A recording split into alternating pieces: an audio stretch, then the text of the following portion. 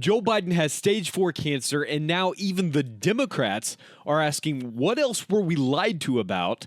Before we unpack this, guys, here's the clip that started it all. All right. Well, questions are mounting over former President Joe Biden's shocking stage 4 prostate cancer diagnosis, which has aggressively spread to his bones. While we wish the former president well, a key ally of the Obama administration is asking why it wasn't caught sooner. He did not develop it in the last 100, 200 days. He had it while he was president. He probably had it at the start of his presidency in 2021. Yes, that I don't think there's any disagreement about that. So the shocking cancer diagnosis follows a brutal week for former President Biden, as a new book and the release of the long-awaited Her tapes exposed more troubling instances of a mental decline that was covered up and hidden from the public. But some of the media are already suggesting the cancer diagnosis might earn the former president a little breathing room from all the scrutiny. Those conversations are going to happen, but they should be more muted and set aside for now as he's struggling through this. It seems to me, Jessica, this debate doesn't end at all, but it is briefly put on pause as a result of today's news. But the Her audio release continues to reverberate as Democrats and the media try to learn lessons from the cover-up. And that is a crime against this republic. And I think the Democrats are going to pay for a long time for being a part of what is now being revealed to be a massive cover-up. We need to apologize to the American people that we were a part of something that wasn't on the up and up. But ultimately, in retrospect, you can't defend what the Democratic Party did because we are stuck with a madman, with a corrupt president in the Oval Office, and we should have given ourselves a better chance to win. Hindsight is 2020. Obviously, if we could redo this tape and play it over again, we would do things differently. It's hard to convince somebody to give up their car keys. Yeah, Jesse, we all wish the former president well. I mean, it's just absolutely awful for any family to learn this about their loved one. But there's a lot, it seems, that we are learning in the last 24 hours. A lot, it seems, that perhaps we didn't know along the way. What do you make of all this? Well, first, my heart goes out to the Bidens and the Biden family. Very unfortunate diagnosis, and we hope he beats it. But a lot of people are speculating whether this was medical malpractice or whether this was a medical cover-up. And we have every right to speculate because they have been caught in so many lies. Now, so the medical cover-up is not being said by Jesse Waters. It's being said all over the media by Democrats and by physicians. They're saying that this was caught possibly earlier, and then nothing was released, and then possibly exposed as a way to blunt the impact of the Her report audio release and the book. Now, I don't think that's possible, but at this point, anything's possible. The other one is the medical malpractice. How are you not going to give a guy a PSA test? How are you not going to give someone a test and then not release the results? Did they not give this test to Joe Biden because they gave it to the last 3 presidents, and then they released the PSA numbers? So who knows if he even got tested? He was supposed to have had a full test a year ago, and they said there was no cancer detected. Well, we need to know exactly what tests they did. And since 2000, Joe Biden has broken his foot. He's had skin cancer. He has had 2 horrible bouts with COVID-19. And then he was living as president with prostate cancer. And the entire media said he was healthy as an ox, and that they said he was running circles around Binder.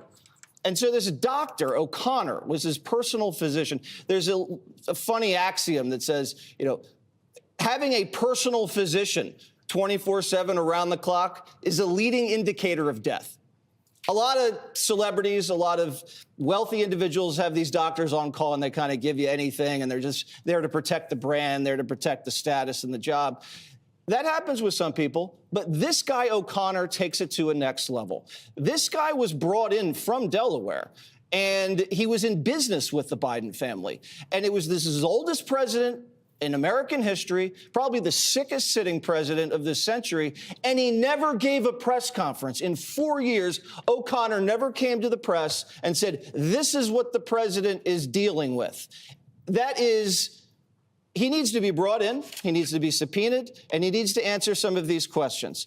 I can't believe if he had won, Joe Biden would have died in office and Kamala would have been president, and the doctors and the media would have been like, oops, sorry, we missed it. Wow. Wow. Well, Howard, there are multiple experts who have lined up in the wake of this news to say, it would be shocking that this kind of cancer wasn't noticed during recent checkups, that it had to have been developing for quite some time. Howard Foreman, Yale Medical School, it's inconceivable that this was not being followed before he left the presidency. Urologist David Shusterman says it's insanely unlikely someone who gets annual checkups would not have noticed this developing cancer. So my prayers, like yours, Jesse, go out to his family. This is a tough diagnosis. I have friends and family who have this, who've had the diagnosis, and I can only imagine a tough struggle and a tough road ahead. I align with Jesse on this. I think that the fact that the President of the United States is not getting as exhaustive of a review of a physical, of the kind of medical examination one would expect, and then to have all of that revealed to the public in 2025, 25 years into the 21st century. You combine that with some of the things that people were saying about President Biden throughout his presidency, questioning the cognitive abilities, some of the mental health abilities, and then the physical things that happened when he fell up the stairs, down the stairs, off his bike. We deserve better. I hope what we really learn from this, I'm not one to look backwards, although I pray for him. I hope that what we do going forward is to ask these doctors and physicians, Jesse, we ought to have a different standard for all of this. When you think about the president's role of growing the economy, keeping the country safe, we're in basically a new economic Cold War with China, and Russia is emerging again. We need to know everything about our president, and this shouldn't be by chance. By any measure. I listen to Dr. Emanuel. He's far brighter than I am and more experienced and more educated than I am in these matters. I do have a dear friend whose wife got a stage 4 cancer diagnosis very late. They had not seen it before, and she had an injury and got the diagnosis and passed about a year later. So these things I imagine can happen, but when you are the president of the United States, with the kind of care the president should get, we should not be surprised by these things. But I'm like you, my thoughts and prayers are with he and his family. I know this road ahead is going to be a difficult one. And again, we wish him the absolute best. Greg, is it fair for some in the media, including David Axelrod now, to be saying that we should set aside any talk about the cognitive cover-up during his presidency as he battles this cancer? When they say something like that, you have to believe that that's the reason why they're breaking the news now. So you do mute and you do pause. The timing is telling you that this cancer is being used as a tool to deflect from outrage to sympathy. But get this, normal human beings, we can have both. We can feel sad for somebody who has cancer. Like Harold said, we all know people intimately who have cancer, who are dying from cancer, and who will die of cancer. So we could feel sad, but that's not going to infringe on the space in my brain that is reserved and dedicated to this cover-up of his incapacitation. So you're not going to get a mute or a pause from me, but nice try. We're talking about, like, how could this happen? We've always been saying about all of these problems in the last 8 years. How did this happen? How did this happen? How did this happen? I say 8 years because this has been going on before Biden was president. The neglect is on purpose. For example, just focus on Joe Biden, the elder abuse line that we kept hearing. Why did it continue? Because Joe was docile and fragile and offering no resistance to any part of the progressive agenda. Joe's dysfunction may have been caused not by disability, but by debility, meaning he was worn down on purpose, deliberately kept feeble and weak, which made him pliable, like a POW, except the W stands for White House. Joe's dysfunction was not prevented when it could have been because it kept him easily managed. He was always tired. He probably didn't want to answer questions or sign things. So we've seen a series of colossal blunders and deliberate cover-ups. All are ethically indefensible. All you can do, if you're doing this stuff, is tell yourself, consider the alternative. And the alternative to them was always Trump. That was their narrative. Like, they can cover up this guy who's physically and mentally feeble because look at the other guy, it's Trump. So Trump is an existential threat. That narrative became justification for every kind of immoral behavior, including allowing violence, the implosion of a border, cover-ups, blatant illegal activity, siding with gangbangers up to now. Hamas sympathizers. You can approve of anything if you sell people the belief, you assign the opinion that Trump is an existential risk. They knew about all this stuff. They covered it up. Well, we did see the media having to deal with the release of the her audio and the her tape today. Yeah. What appears to be the many stages of coping, Katie. Van Jones said that Democrats will pay for covering up Biden's decline for a, quote, long time. Yeah, because this is a total betrayal of the American people. This is about breaking of trust, and it's very difficult to get it back once it's been broken. Now, in politics, trust can be a relative term because of the industry that you're dealing with, but they covered up thing after thing after thing. And then when the American people who are part of this Republic Democratic process were allowed to ask questions about the President of the United States who was elected, they were told that they were crazy, that they were mean people for questioning the president's cognitive state, that they weren't empathetic. And now you're seeing that happening again with David Axelrod saying, well, we can't really talk about it anymore. And the implication there is that if you dare to ask questions about the betrayal from the Biden White House, from the Democrats as a whole, then you're just not an empathetic person. You don't understand when people get diagnosed with cancer, when it's really a bigger issue of what's been going on for the last couple of years.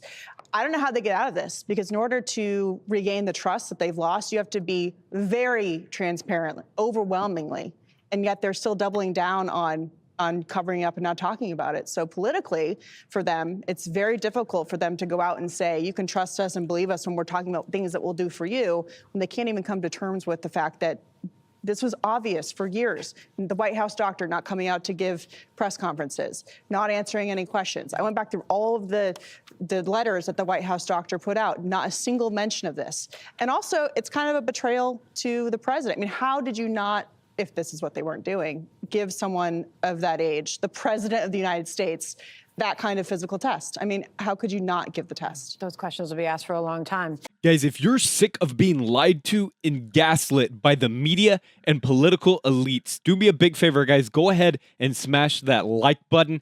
It tells big tech that you want the truth, not filtered propaganda, guys. This isn't just a medical update. This is a scandal years in the making. Joe Biden, the president of the United States, had stage 4 prostate cancer that had spread to his bones. And now top medical professionals are saying what many of us have suspected all along: this didn't happen overnight. This cancer didn't develop in the past few months. He likely had it during his presidency, and they knew.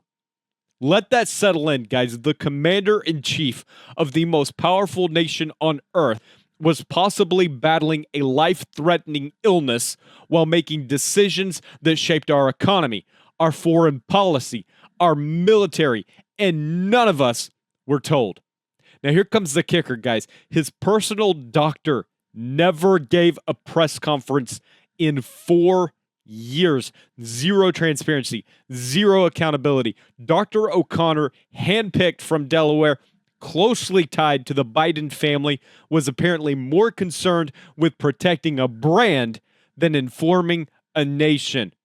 And now the media, the same media that covered up his cognitive decline, denied his stumbles, ignored the gaffes, mocked conservatives for raising conserves, wants you to be quiet out of sympathy. No. We can be human and compassionate while still demanding answers. They are trying to use his diagnosis as a shield to deflect from the truth, guys. The her tape fallout, the new book exposing more mental decline, the years of lies that were told to the American people, they want to bury it all behind a cancer diagnosis and say, don't ask any questions, don't be mean, But guys, here's the reality. This isn't about cruelty. This is about betrayal. This is about the deliberate cover-up of a president's health and mental capacity while actively gaslighting an entire nation. That is a crime against our republic. And you want to talk about elder abuse? Joe Biden may have been intentionally kept weak, docile, and pliable, a soft puppet pushed forward by those who knew that he couldn't lead but were happy to rule behind him because he didn't resist. He didn't push back. He signed what they told him to sign. He said what they told him to say. He was the ideal vessel for a radical agenda. And they kept the public in the dark to make it happen. Now we're supposed to trust these same people. Trust their words. Trust their leadership. Guys, no chance. We are witnessing a moment where the media and the political elite are being exposed for what they are. Manipulators who will use anything, even cancer, to avoid the consequences of their lies. Do me a big favor, guys. Drop a comment down below. Did you see this coming? Do you believe the truth is finally breaking through? Subscribe to the channel, guys. If you want more bold conservative commentary that tells it like it is, we're building a community here, guys. A community of truth lovers. And if you want to help us keep fighting back against the narrative, become a channel member today, guys. Guys, this is Nolan Alders. We're not backing down. We're just getting started. I'll see you later with another update.